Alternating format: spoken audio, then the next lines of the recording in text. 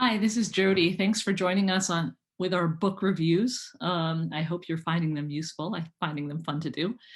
Today, I actually have a book that I didn't read on Kindle, and it's on my shelf, and I grab it every once in a while. And it's probably not one you've heard of, but I highly recommend it. It's called Good House, Cheap House.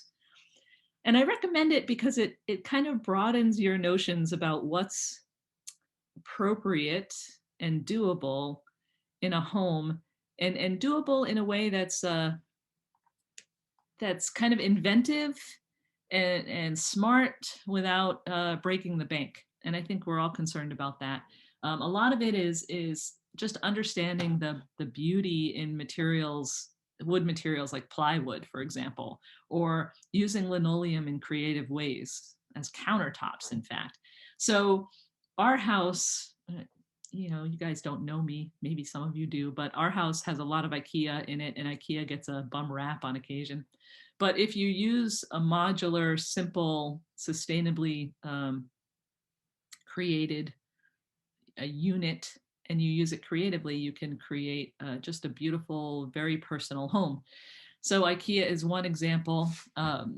Granted, buying from any kind of big store has its own burdens in it, but taking those inexpensive items and building on them, like with Legos, you can create anything, right?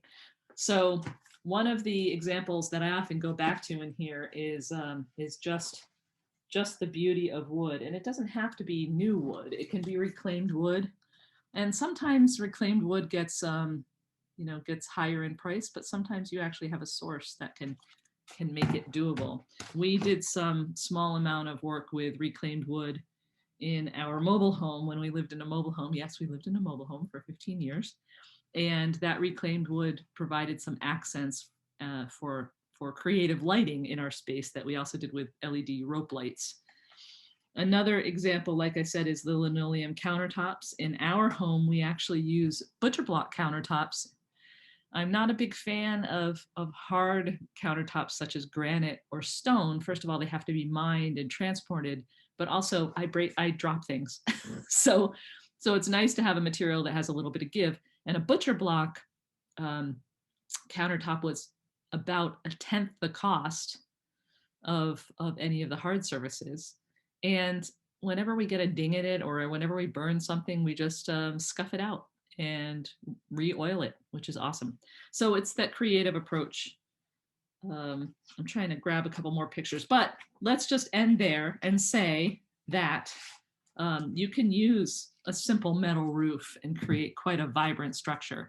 You can find a material and use it in a creative way. We have a shed that we built that we sided with a tongue and groove, no, with a OSB, and we used board and batten. So over each of the little divides between the plywood, between the OSB, we put another board and we painted that in a contrasting color. That has survived very well. And when we renovate that little mobile home, we're going to be using that same method to brighten up that, so it's not just a metal clad mobile home in the middle of the woods. Okay, that's too much information, but check out this book if you get a chance. Sometimes you get fantastic ideas from the strangest places.